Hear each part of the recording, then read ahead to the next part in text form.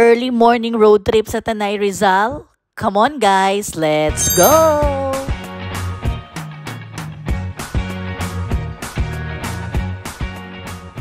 Kung naghahanap ka ng budget-friendly pasyalan at road trip na hindi masyadong matraffic, and most especially, Baguio feels na pasyalan na malapit lang sa Metro Manila, so this is a perfect place for you. Tara guys, let's go!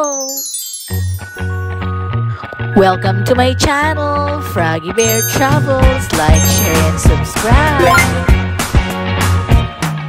Good morning guys! So ayun na nga, our family decided to have a road trip and pupunta tayo ngayon dito sa Tanay Rizal. So as what I've mentioned a while ago, kung naghahanap ka ng mga budget-friendly pasyalan and road trip na wala masyadong traffic, and of course, nature at its finest na lugar na hindi malayo sa Metro Manila, a few hours away lang from Metro Manila, this is a perfect place for you. So today guys is December 25 and it's a Christmas day. Merry Christmas everyone and thank you for watching my travel vlog today. So guys, pag sinabing holiday pasyalan, ano-ano ba yung mga lugar na naiisip mo na mapupuntahan? Of course, number 1 dyan is Baguio. Pero ang Baguio is 5 to 6 hours drive kung manggagaling ka ng Metro Manila.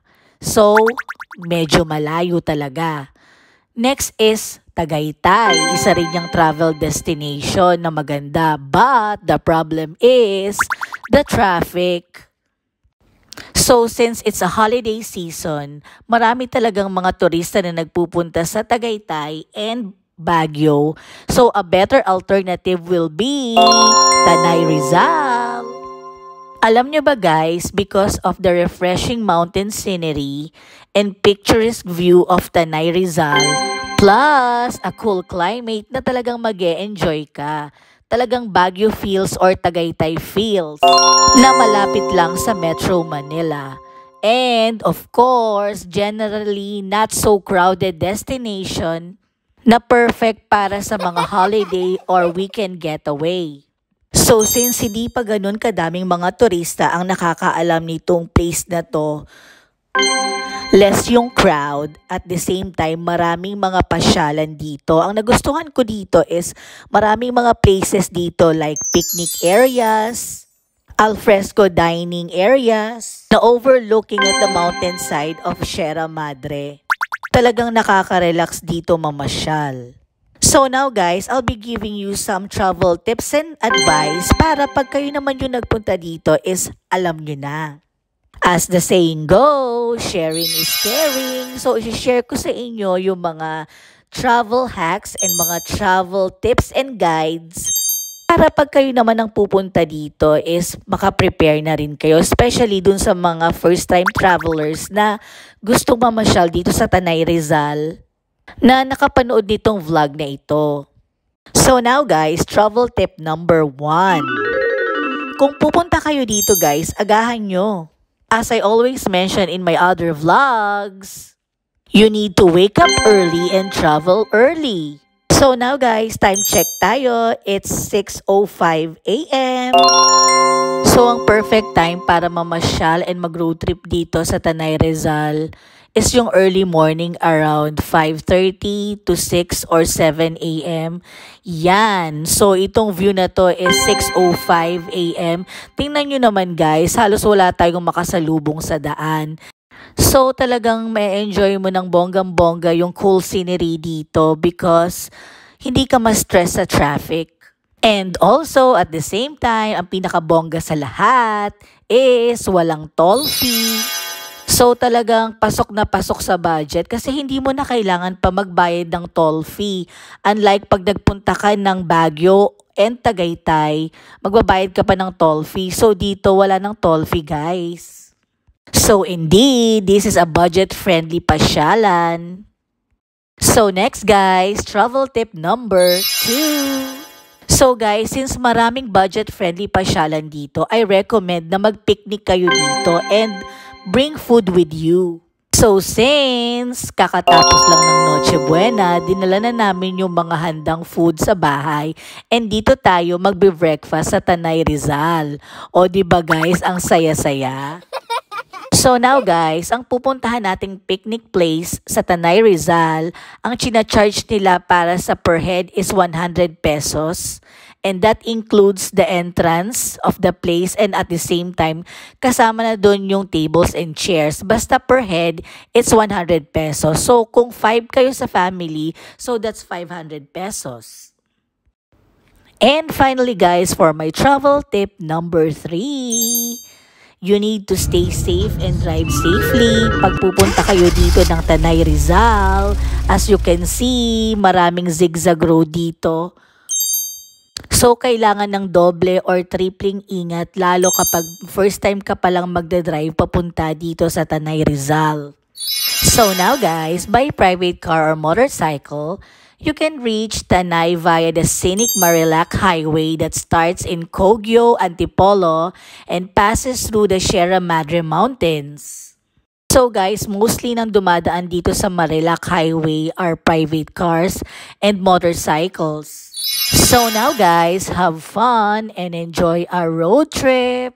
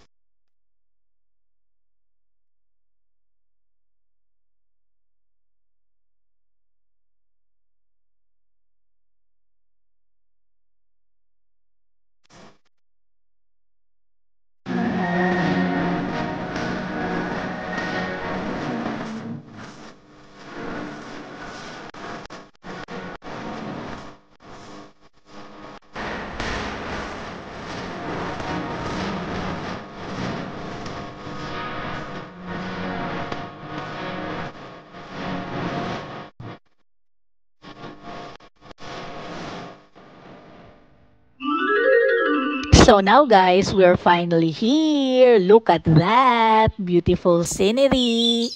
Ang lakas makabagyo feels, 'di ba? Ang daming mga pine trees.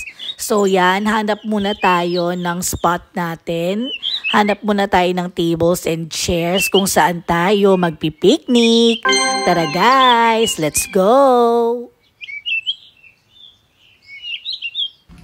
So now guys, I know you have questions on your mind right now. Kung itatanong nyo sa akin kung nasan tayo ngayon guys. So we're finally here at Sierra Madre Mountain Resort dito sa Tanay Rizal.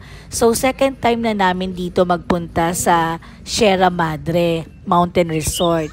So first time namin magpunta dito was last 2019. I think that was November of 2019. So that was before the pandemic started. I also made a vlog before about Sierra Madre Mountain Resort. Panoorin nyo guys pagkatapos nito. Ito siya. So ang title nitong vlog na to is Budget Friendly Pasyalan. 50 pesos lang ang entrance fee. Sierra Madre Mountain Resort, Tanay Rizal.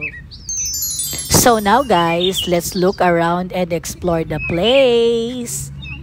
So I think mas lalo pa siyang gumanda the last time na nagpunta ako. And ito talaga yung pinaka-picturesque view dito. This is what I love about this place. Itong hanging bridge na ito, napaka-picturesque and picture perfect nitong spot na to. So kapag nagpunta kayo dito sa Sierra Madre, hanapin nyo agad itong hanging bridge na to. Napakagandang mag-picture dito and mag-take ng videos. Look at that. So mesmerizing and so picturesque view. Napakaganda. Sulit na sulit ang pagpunta nyo dito. I so love this place. Look.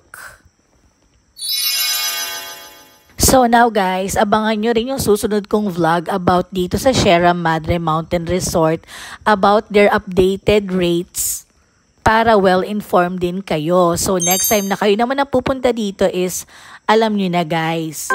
So thank you very much for watching guys. Subscribe to my channel, Froggy Bear Travels, for more travel and informative vlogs. Stay safe everyone. Happy holidays!